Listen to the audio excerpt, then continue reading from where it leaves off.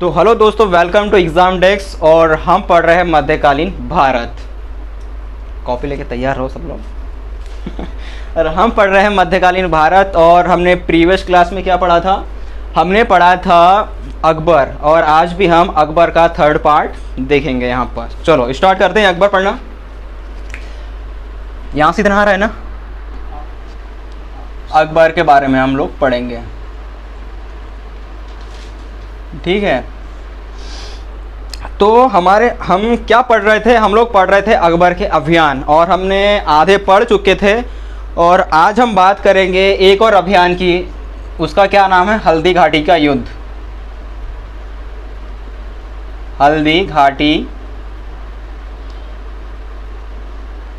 हल्दी घाटी का युद्ध से आज हम स्टार्ट करेंगे। और ये कब हुआ था? ये हुआ था 1576 एडी को हुआ था। आप याद रखिएगा। देखो, हल्दी घाटी के युद्ध का रीज़न क्या था, मैं आपको बता दूं एक बार। देखो, दिल्ली में शासन किसका था? भारत में शासन था अकबर का, और मेवाड़ में शासन चल रहा था किसका? महाराणा प्रताप का। तो अकबर यहाँ चाहता था कि महाराणा प्रताप मेरे अंडर में कार्य करे, मतलब मेरी अधीनता स्वीकार करे।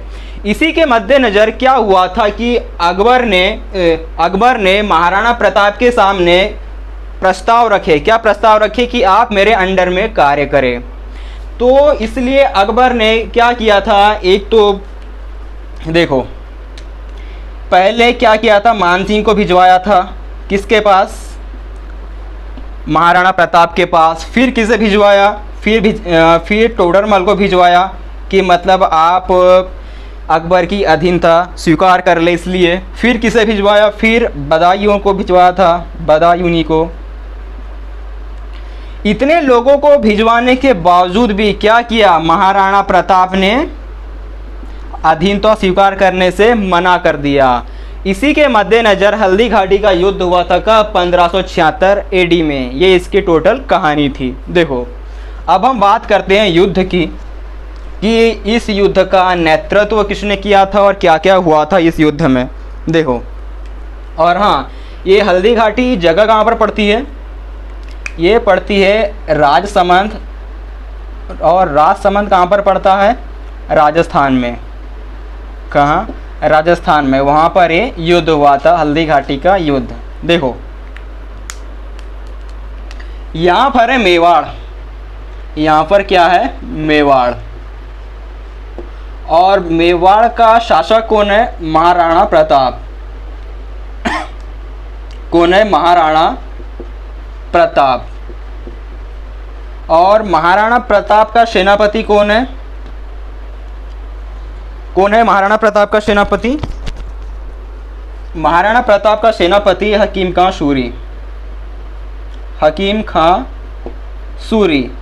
और एक और सेनापति, उसका नाम है झाला बीदा। और इधर कौन है? इधर है अकबर। इधर कौन है? अकबर। बेसिकली अकबर क्या है कि इस युद्ध में नहीं आया था, सिर्फ उसके सेनापति थे इस युद्ध में। कौन है? एक था मानसिंह। एक कौन था? मानसिंह। और एक कौन था बताओ? एक और कौन था? आशफ खां। आशफ खां। और इस युद्ध में एक और आदमी था, आप याद रखिएगा, उसका नाम था बदायूनी। बेसिकली ये वहाँ पे देख रेख के लिए था, इसने कोई युद्ध नहीं लड़ा था। याद रखिएगा आप, किसने? बदायूं ने। सही आ रहा नहीं? हिला तो नहीं कैमरा? ठीक है। देखो, ये युद्ध चल रहा है, हल्दी घाटी का युद्ध, महाराणा प्रताप वर्सेस अकबर के बीच में। और अकबर के सेनापति कौन है? मानसिंह, आशफ खां। और इधर कौन है? इधर है महाराणा प्रताप, हकीम खां सूरी और झाला बीदा। जब इनके बीच में युद्ध हो रहा था, मतलब कहा जाता है कि इनके बीच में बहुत भीषण युद्ध हुआ। लेकिन अकबर की सेना क्या थी? बहुत बड़ी थी, और महाराणा प्रताप की सेना बहुत छोटी थी। यह कहा जाता है कि इनकी जो सेना का जो रेशियो है ना, इन दोनों की सेना का जो रेशियो था वो था 1:4। मतलब अगर एक सैनिक अगर महाराणा प्रताप का है तो 4 सैनिक किसके हैं? अकबर के हैं। यहाँ इसकी सेना का रेशियो था। फिर भी एक ऐसा टाइम आता है युद्ध में कि महाराणा प्रताप की सेना अकबर की सेना पे भारी पड़ जाती है और ये लोग युद्ध हारने लगते हैं। लेकिन उससे पहले एक मैं आपको बात बता दूँ, एक सैनिक था यहाँ पे, या एक सेनापति आप बोल सकते हैं, उसका नाम था बहलोल खां। बहलोल खां ये भी हल्दी घाटी का युद्ध लड़ रहा है और कहा जाता है कि महाराणा प्रताप ने बहलोल खां को उसके घोड़े सहित एक ही वार में 2 टुकड़े कर दिए थे। मतलब समझ में आया कि महाराणा प्रताप ने तलवार के एक ही वार से बहलोल खां और उसके घोड़े को 2 भागों में बांट दिया था। किसने? महाराणा प्रताप ने। जब युद्ध चल रहा था तो क्या होता है कि अचानक महाराणा प्रताप क्या है, घायल हो जाते हैं।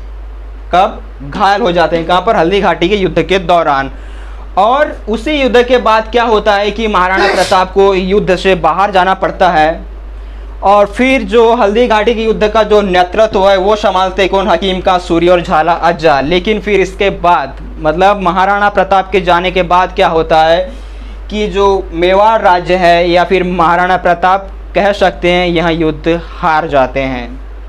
तो हमने क्या पढ़ा अभी तक कि इस युद्ध में हार किसकी होती है? हार होती है महाराणा प्रताप की और जीत किसकी होती है? जीत होती है अकबर की।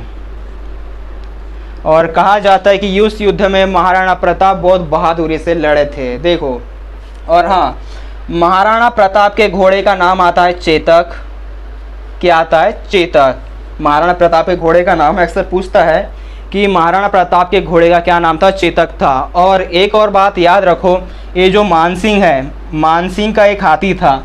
जैसे महाराणा प्रताप का प्रिय घोड़ा था उसी टाइप से मानसिंह का भी क्या था? प्रिय हाथी था। और हाथी का क्या नाम था? मालूम है हाथी का क्या नाम था? हाथी का नाम था मर्दाना।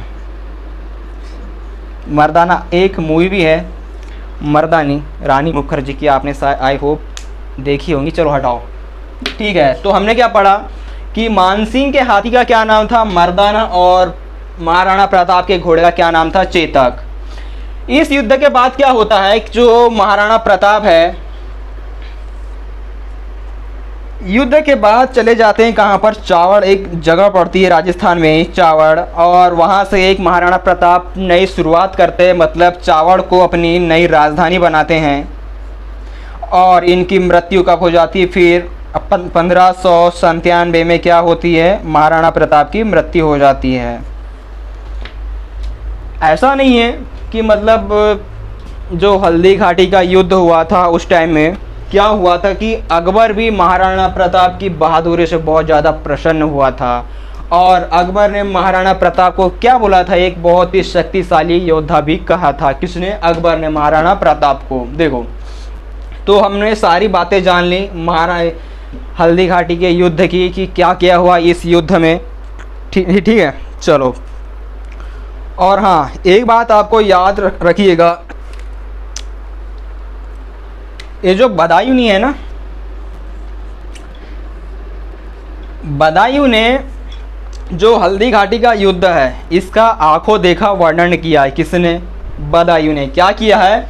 हल्दी घाटी के युद्ध का आंखों देखा वर्णन किसने किया है? एक्सप्लेन किसने किया है? वो किया है बदायूं ने। और बदायूं ने ही हल्दी घाटी के युद्ध को क्या बोला था?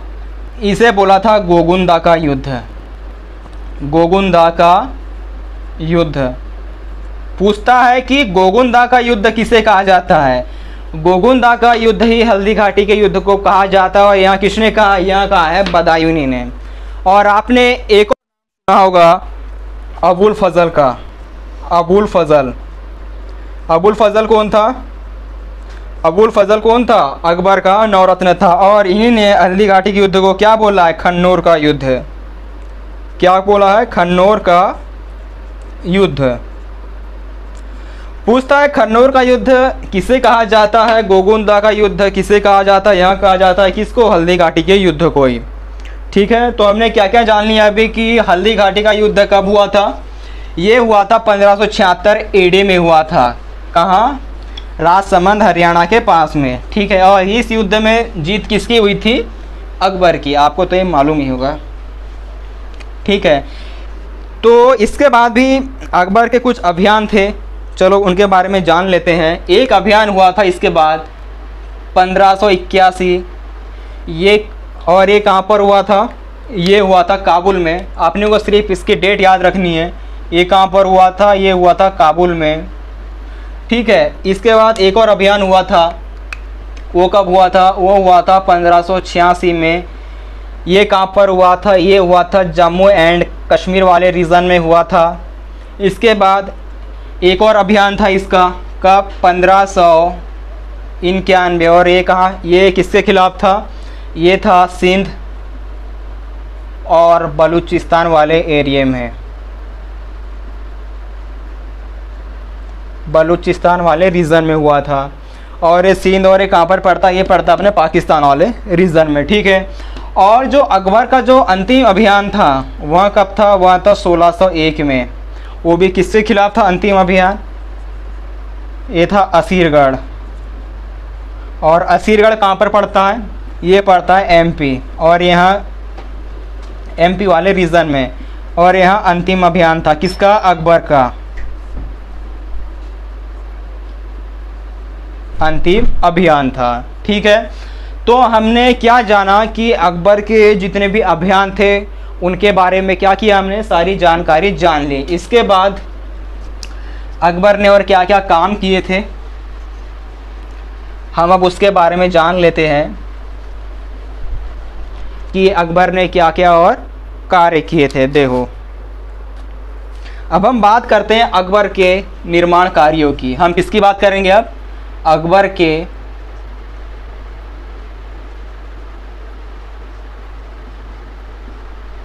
निर्माण कार्य। अब हम बात करेंगे अकबर के निर्माण कार्य की कि अकबर ने कौन कौन से निर्माण कार्य करे थे, क्या क्या बनवाए थे, सब इनके बारे में हम जानेंगे। देखो, अकबर ने क्या किया था, हुमायूं का मकबरा बनवाया था। क्या किया था, हुमायूं का मकबरा बनवाया था। कहाँ पर बनवाया था आपको पता है, अकबर ने हुमायूं का मकबरा दिल्ली में बनवाया था, और यह चारबाग शैली में निर्मित है, और यह चारबाग शैली में निर्मित है, और यह क्या है, चारबाग शैली में निर्मित है। और क्या किया था इसने, मैंने आपको बताया था कि अकबर ने फतेहपुर सीकरी का निर्माण कब किया था, फतेहपुर सीकरी, और ये कहाँ पड़ती है, यहाँ पड़ती है कहाँ पर, आगरा के समीप, ठीक है। और इसका निर्माण कब करवाया था, इसका निर्माण करवाया था अकबर ने 1571 एडी में। देखो, अब हम बात करते हैं कि फतेहपुर सीकरी में अकबर ने क्या क्या निर्माण करवाया। देखो, मोस्ट इम्पोर्टेंट बुलंद दरवाज़ा, बुलंद दरवाज़ा पूछता है कि बुलंद दरवाज़ा कहाँ पर है, यहाँ पड़ता है कहाँ पर, फतेहपुर सीकरी में। और क्या करवाया था इसने, दीवाने आम, दीवाने आम, और क्या था, दीवाने खास, दीवाने खास, और क्या था, अकबर महल, और क्या बनवाया था इसने, इलाहाबाद महल, इलाहाबाद महल। ध्यान रखिएगा यह फतेहपुर सीकरी में है, ना कि इलाहाबाद में, ठीक है। तो क्या क्या करवाया था, बुलंद दरवाज़ा, दीवाने आम, दीवाने खास, अकबर महल, और क्या, इलाहाबाद महल, ठीक है। यह सब अकबर ने बनवाए थे। देखो, और क्या था कि अकबर के दरबार में दो चित्रकार रहा करते थे।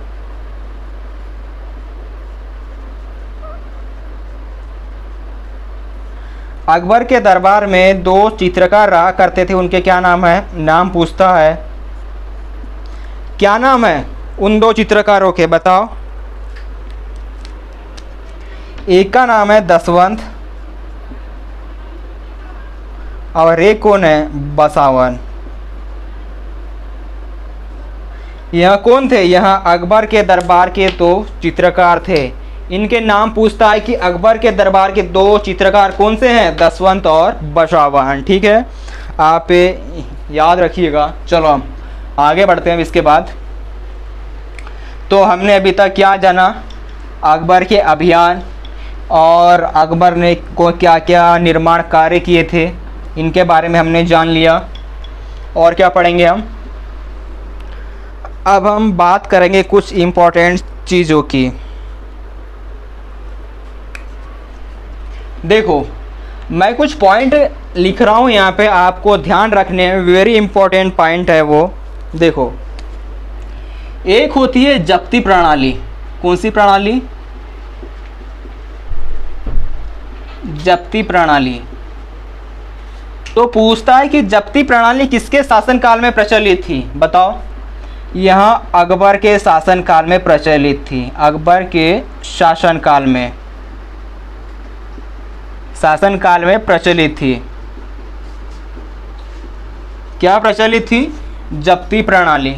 और क्या था इसके शासनकाल में प्रचलित? एक था मनसबदारी प्रथा। मनसबदारी प्रथा। मनसबदारी प्रथा भी किसके शासनकाल में थी? यह भी अकबर के शासनकाल में थी। अकबर के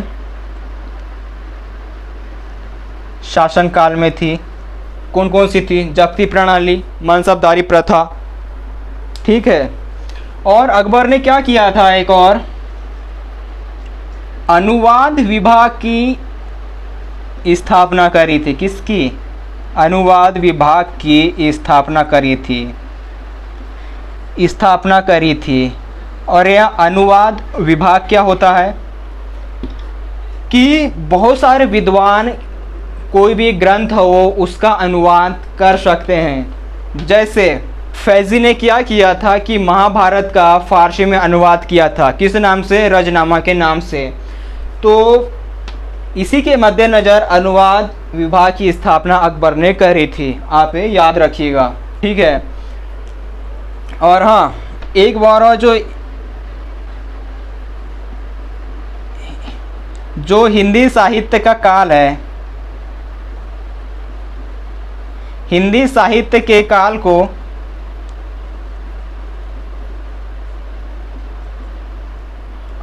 अकबर के समय क्या कहा जाता है? अकबर के समय स्वर्णकाल कहा जाता है।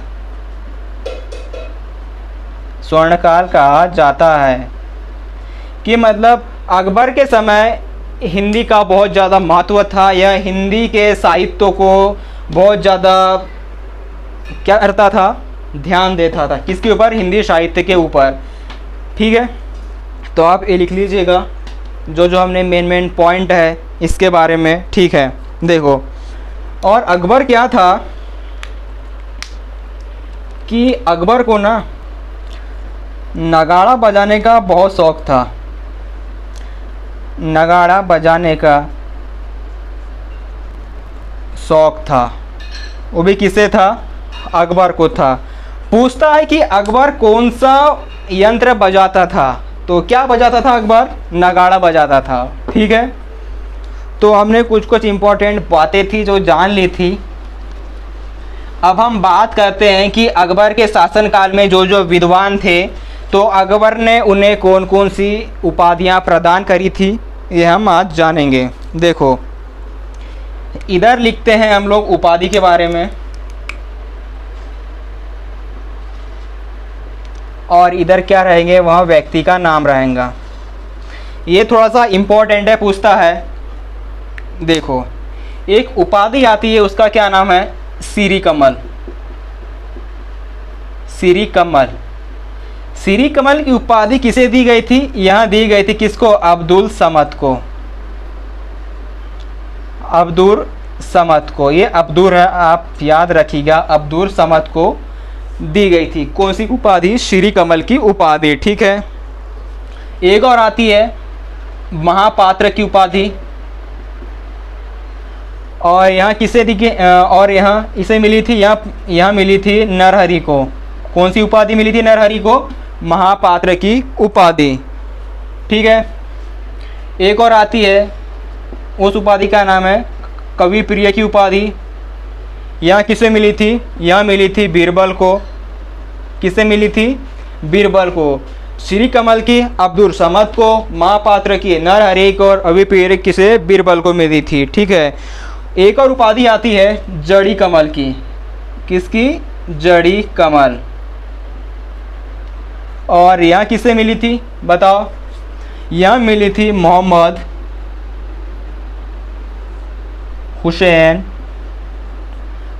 हुसैन कश्मीरी को यह उपाधि मिली थी। ठीक है। तो हमने क्या क्या बात करी? ये कुछ महत्वपूर्ण उपाधियाँ थी और उन व्यक्तियों के नाम थे जिन्हें यहाँ उपाधि मिली थी। ठीक है। यार वॉचिंग टाइम कितना हो गया?